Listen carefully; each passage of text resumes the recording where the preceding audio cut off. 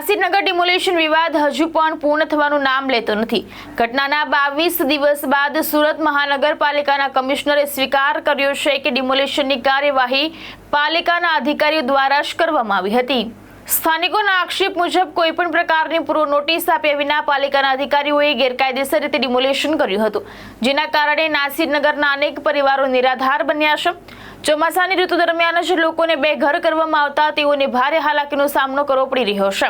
ઘટનાના 22 દિવસ બાદ તંત્ર દ્વારા સ્થાનિકો માટે મોબાઈલ ટોયલેટની સુવિધા ઉપલબ્ધ કરાવવામાં આવી છે। જો કે સ્થળ ઉપર રહેતા લોકોને આશ્રય, પીવાનું પાણી તથા અન્ય આવશ્યક સુવિધાઓ પૂરી પાડવામાં પાલિકા નિષ્ફળ ગઈ હોવાના આક્ષેપો થઈ રહ્યા છે। ખુલ્લા આકાશ નીચે જીવન પસાર કરવા મજબૂર બનેલા પરિવારોને વરસાદી માહોલમાં વધુ મુશ્કેલીઓનો સામનો કરવો પડી રહ્યો છે। સ્થાનિક લોકોએ તંત્ર સમક્ષ તાત્કાલિક વૈકલ્પિક આવાસ અને અન્ય પાયાની સુવિધાઓ ઉપલબ્ધ કરાવવાની માંગ ઉઠાવી છે। સરફરાઝભાઈ ઘાસવાલા 22 દિવસ પછી એસએમસી સ્વીકારેલું છે કે અમે ડિમોલેશન છે તો શું કહીશું? સાહેબ, આ સુરત શહેર જે વિશ્વમાં એટલું જાણીતું થયું છે, જેનું ખાલી બજેટ જ સાહેબ 11,000 કરોડ રૂપિયાનો હોય। 11,000 કરોડ એટલે સાહેબ તમે સમજો કે કોઈક આજે સાધારણ માણસને તમે કહો ને તો એ જીવો જ ગોતતે ભેગા કે કેટલા જીવો એની પાછળ લાગશે। અને 70 લાખથી 1 કરોડની વચ્ચે જયારે જે વસ્તીનું આખું સર સંચાલન જે સુરત મહાનગરપાલિકા કરતી હોય એને 22 દિવસ સુધી એ નથી ખબર પડતી હોય કે આ ડિમોલેશન કોણે કર્યું। જે સેન્ટ્રલ ઝોને આ ડિમોલેશન કર્યું એના જીયાંગ રામજીવાલાને જયારે પૂછવામાં આવે છે તો ભલે હું તો ત્યાં હતો જ નહીં, એ રટણ રડતો હોય એ પબ્લિક ના હોય કે જયારે મીડિયા હોય, પછી આખરે એને આજ અહીંયાની જનતા બતાવે છે કે સાહેબ તમે આ ફોટોમાં હતા, પછી પણ એ જયારે મીડિયા કહે છે તો ભાગે છે કે અમે નથી કર્યું। જે મીડિયાને કહે છે કે હું તો ના હતો, તમે ગોતો।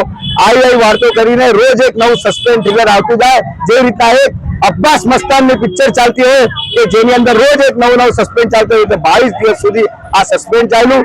અહીંયાના સ્થાનિક લોકો દુર્ઘટના તાપની અંદર રોજ કોર્પોરેશન જાય, રોજ ન્યાય માંગે, રોજ આમ જાય, રોજ ન્યાય માંગે, નાના બાળકોને લઈને ધૂપ તાપની અંદર।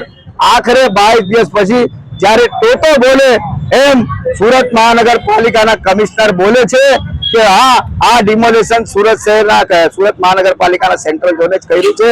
જેના કાર્યપાલક ઇજનેર રામજીવાલા સાહેબ એમ કહેતા હતા કે હું તો હતો જ નહીં, અમે તો નથી કર્યું, અને કમિશનર સાહેબ કબૂલે છે।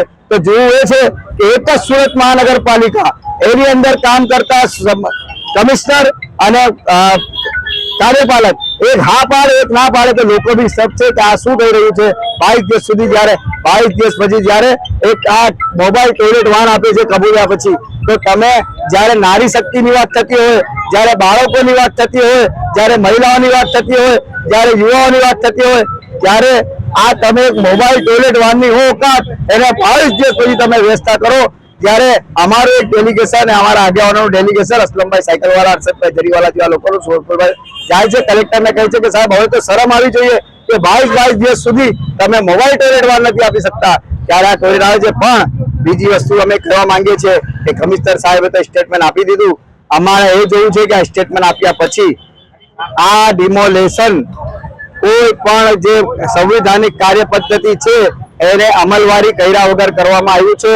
આ ગરીબોને કીડા મકોડા સમજીને કરવામાં આવ્યું છે, અને જો આ લોકોને ન્યાય ના મળશે હવે તો મેટર હાઈકોર્ટમાં છે, અને હાઈકોર્ટમાં હવે સાહેબને ચિલ્લાઈને બોલાવવામાં આવશે કે શું આ લોકો કોઈ ચણા મમરા છે, એ લોકોને ઉખાડીને ફેંકા છે। ચણા મમરા સમજો છો સાહેબ? કાલે રાતે વરસાદ પડ્યો છે, આ ધગમસતા વરસાદ ની અંદર આ બાળકો અહીંયા ઉતા હતા, તમે જોઈ લો વરસાદ, આ એક નાનું પ્લાસ્ટિક નાખ્યું છે એની અંદર આ તમામ ઉતા હતા, આખી રાત એ લોકો પડેલા છે। અહીંયાથી ક્યાં જવાના, કયા આશરો લેવાના છે? આ બિલ્ડરે મોટી દિવાલો મારી છે, અહીંયા દૂર સુધી કઈ નથી, એ પડેલા એ બાળકો સવારે જ બીજે ભીનાયેલા કપડાથી ઉલટા જેમ તેમ એમના મા બાપોએ શિક્ષણ ના બગડે એના માટે એ લોકોને જેમ તેમ જે કપડા હતા એ ભીના કપડા પહેરાવીને બી એમને સ્કૂલ મોકલેલા છે। શરમ આવી જોઈએ। આવું હિન્દુસ્તાન છે, આવો હિન્દુસ્તાન અમને નથી જોઈતો। તમે હિન્દુસ્તાન સંવિધાનથી ચાલો, સંવિધાનમાં આવી કોઈ જોગવાઈ છે કે તમે લોકોને ઘર વિહોણા કરો, અને ઘર વિહોણા કરો તો તમે કામ કરો સાહેબ, એક જેસીબી લાવો, આ જે બૈચા છે એ લોકોને અંદર જ નાખી દો, આ લોકોની કબર પણ અહીંયા જ બનાવી દો, અમે અહીંયા આખું સુરત અહીંયા આવશે, આ લોકોની કબર પર ગુલાર કરશે, અને સોનેરી અક્ષરમાં પ્લેટ બનાવી દેશું કે આ નાસિરનગરની સાથે સરકારે એક એવો અન્યાય કર્યો છે। ભાવેશ ઉપાધ્યાય, દ્રષ્ટિકોણ ન્યૂઝ, સુરત।